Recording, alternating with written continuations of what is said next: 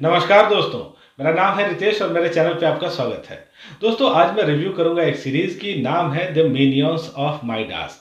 ये आई है नेटफ्लिक्स पे और ये एक स्पेनिश सीरीज है, लेकिन इसका ऑडियो और सबटाइटल्स इंग्लिश में है, तो आप आसानी से इसको देख सकते हैं।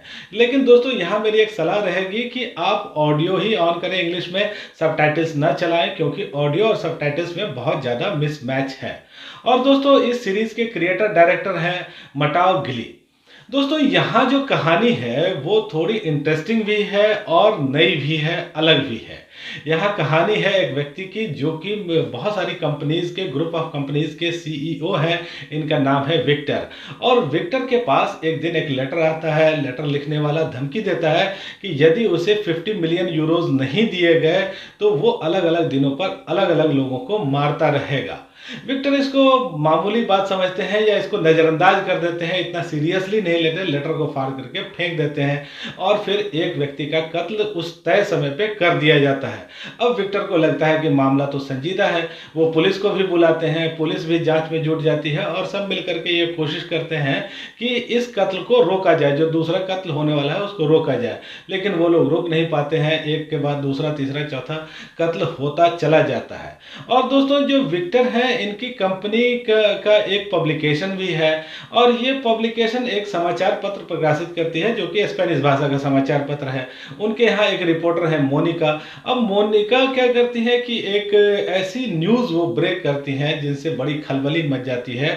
कुछ बड़ी कंपनियों को वो बेनकाब करती हैं जो कि हथियारों की सप्लाई और डीलिंग से जुड़े हुए हैं और ये हथियार सप्लाई हो रहे हैं सीरिया में।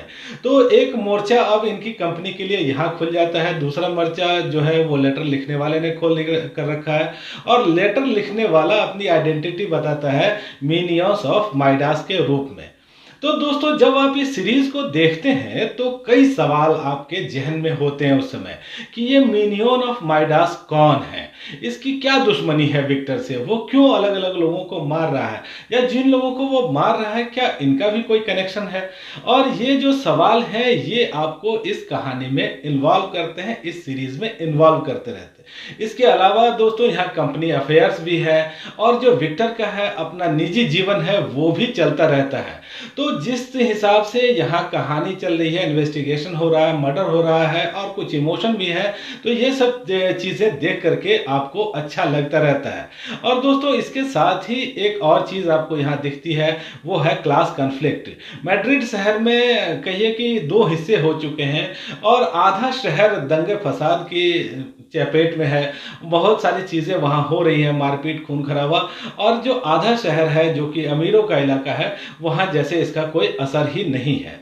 और दोस्तों, यहाँ कैरेक्टर भी अच्छे रखे गए। देखिए, विक्टर का जो जिस तरह का कैरेक्टर है वो आपको अच्छा लगता है। एक कंपनी का सीईओ है जो कि कड़े फैसले भी लेता है, वो इमोशनल भी हो जाता है और कई बार उसे ये भी लगता है कि उसकी हार हो रही है, वो फ्रस्ट्रेट होता रहता है।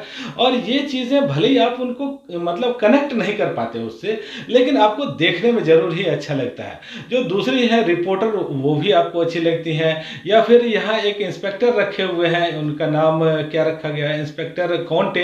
तो इंस्पेक्टर कोंटे का भी कैरेक्टर आपको ठीक लगता है। अभिनय के हिसाब से भी देखिए, जहाँ विक्टर बने हुए हैं लुइस टैकर और मोनिका है मार्था बेलमोंटे, तो ये भी आपको ठीक लगती हैं। लेकिन दोस्तों, कमी कहाँ है? 1 से लेकर के 5 एपिसोड तक आप देखते हैं, कहानी बेहतरीन लगती रहती है, आप देखते हैं। 6वां एपिसोड जो कि आखिरी एपिसोड है, यही डिजास्टर है। देखिए कि जितने भी सवाल आपके मन में थे, उत्सुकताएं आपके मन में थी, आपको लग रहा था कि कोई अच्छा जवाब मिलेगा, एक बड़ा खुलासा कुछ होगा।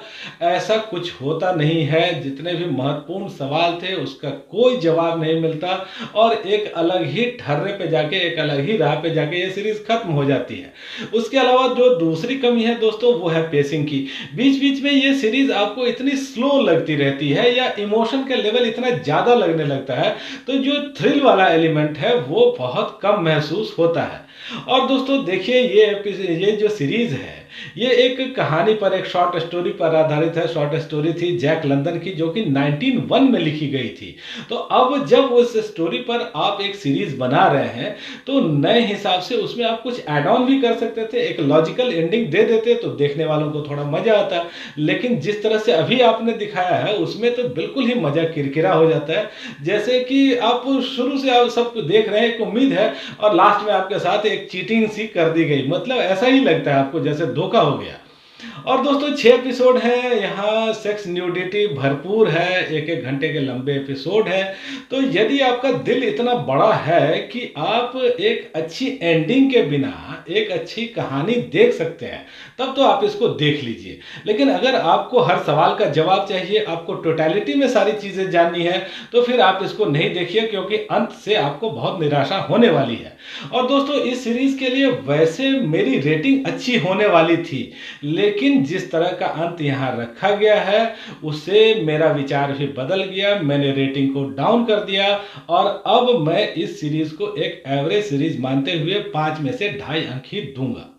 तो दोस्तों मिनियंस ऑफ मिडास के बारे में आज इतनी बात। अब मेरे वीडियोस को देखिए, मेरे चैनल को पसंद करिए, लाइक कमेंट शेयर करिए और सब्सक्राइब तो जरूर ही करिए। Thank you.